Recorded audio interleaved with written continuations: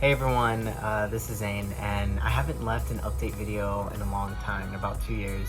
So I wanted to do an update video just to say, hey, this is how I'm doing. And I wanted to talk about a cool experience I've had recently using the form of therapy called EMDR, which stands for Eye Movement Desensitization Reprocessing. So yeah, with my partner now, who I have been posting on Instagram for about a year. If you follow me, I'll put the link below. I have a new job. I have been doing a lot of new things. I also began IVF, which I'll make a separate video on.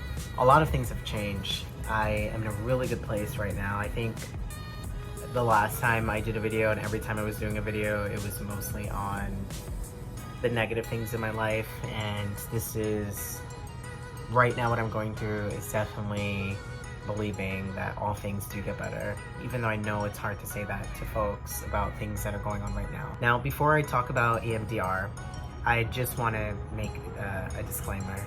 I am not a medical professional. I am not a health provider. I am just sharing my opinion on the form of therapy, EMDR, and how it impacted me. When I did research, I didn't find a lot of POC or Black people in general that were talking about it. So I thought that this information would be useful. I started seeing my therapist, my new therapist, about a few months ago in January. And during one of our first interactions, she must have picked up that I am a very traumatized person. She stated that she was, in quote, the queen of trauma. This, by the way, my doctor's name is Dr. Karina Kim. She is a cisgender Asian folk, but she definitely gets an invitation to the cookout. She's open to everything and everyone. She's very compassionate and patient and kind, and all of these good things, and I'm really blessed to have her as my therapist. So I'm gonna put her information below if y'all are interested. I definitely recommend her to marginalized POC, trans, queer, young folk. A lot of what I was saying to her, not to go into great detail, but a lot of what I was saying was I was experiencing anxiety attacks, difficulty breathing, chills. I would get lightheaded, I couldn't sleep, I was having nightmares, and my partner can attest to all of these things. It was really bad, and it has been really bad since Thanksgiving. So yeah, I needed some help, which is totally okay saying, and I feel 100% comfortable saying that I did need help. If any of y'all follow me on Instagram, you'll know that I lost someone very close to me. I'm not gonna get into detail because I don't think it's necessary, but it was one of the most traumatic events that have ever happened to me in my life. This was one of the closest people I've ever lost in my life. Even talking about it now, I understand that I'm sad about it, but EMDR is working because I am able to talk about this. Usually I would be crying and I would be sad and I wouldn't even be able to finish my sentence, but I feel very in control of my emotions now, which I think is a result of this form of therapy. My therapist knows that I'm going bonkers, and you know, she suggests the EMDR, and I say, okay, let's do it. I do a lot of research from that moment on. I watch everything by Francine Shapiro, I believe that's her last name. I watch every interview that has been done, read almost every article on it, saw the controversies with it, whatever. I saw everything on it, and I decided, like, okay, this is something that I want to do. There were a lot of testimonies from white people. I have not seen a lot of testimonies or any testimonies from people of color, only white people, which was a little red flag for me, but honestly, I was like, you know what, maybe folks just haven't blogged about it, or maybe they don't know much on it. Heard the testimonies. I saw that people that were war veterans, that have been sexually assaulted, that have dealt with losing a limb or going through a very traumatic event in their lives, I saw that they said that they were instantly healed, or that it no longer impacted them in that way, or that they were feeling better. And so I was like, you know what? There's a lot of people saying it, so let me just try it. You know, there's no harm in it. You know, when we think about EMDR, like exactly what EMDR is, eye movement desensitization reprocessing, it's basically performing this eye bilateral movement that moves your eyes, you know, where you move your eyes left to right. You could be following a wand or the finger of your therapist, or you could be following an app or a noise, anything like that, to revisualize a traumatic event in your life. And they associate this with REM sleep because that's the time during the day where you're processing everything and you're healing or whatever, and that's why they say if you go to sleep angry and you wake up, you'll feel better because you would have processed what happened, whatever. It's in relation to REM sleep. So you're doing this eye movement during, you know, the daytime when you're awake. I would compare it to daydreaming. It feels like you're daydreaming. You're revisiting the trauma that you went through, and you're going through it step by step. Well, that's how I went through it, and you're stating not much talking from your therapist side, but more talking from the client side. You're reiterating what happened in that trauma. So that's why when I stated, how great my therapist is and how comfortable I am with her, you have to find someone that's just as comfortable and safe for you, because you are going to be going through a lot of emotions during this time. The whole process took about 45 minutes. It was broken into 8 segments, which could be like 3 minutes of me staring or hearing a noise, doing the bilateral eye movement, and then 3 minutes of me talking and saying what I was seeing.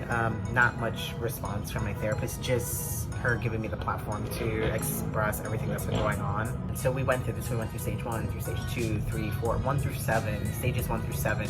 I spoke about the event from beginning to end. I said everything I did, every day, how every day went, how I was feeling, how it impacted me. During this event, I was also admitted to the hospital, so how that felt. And throughout describing or going through stages 1 through 7, it was really intense. I had a seizure the day that this trauma happened. I remember feeling the stress I was feeling right before I had a seizure. During stages 1 through 7, I felt those feelings again, which was insane because I hadn't felt it that close to the experience since then. It was hard. It was, I read that it was going to be hard. I read it was going to be emotional, but I'm really grateful that my therapist was very patient with me, because it was because of her support and her sensitivity that I was able to go through that. It was really tough for me. Safe person is the best person to do this with. After I went through stages 1 through 7 and we broke down my traumatic event step by step, and I felt all the things I was feeling. When we got to stage 8, it was, I don't want to say it was like all of my memories went away, but it definitely was different.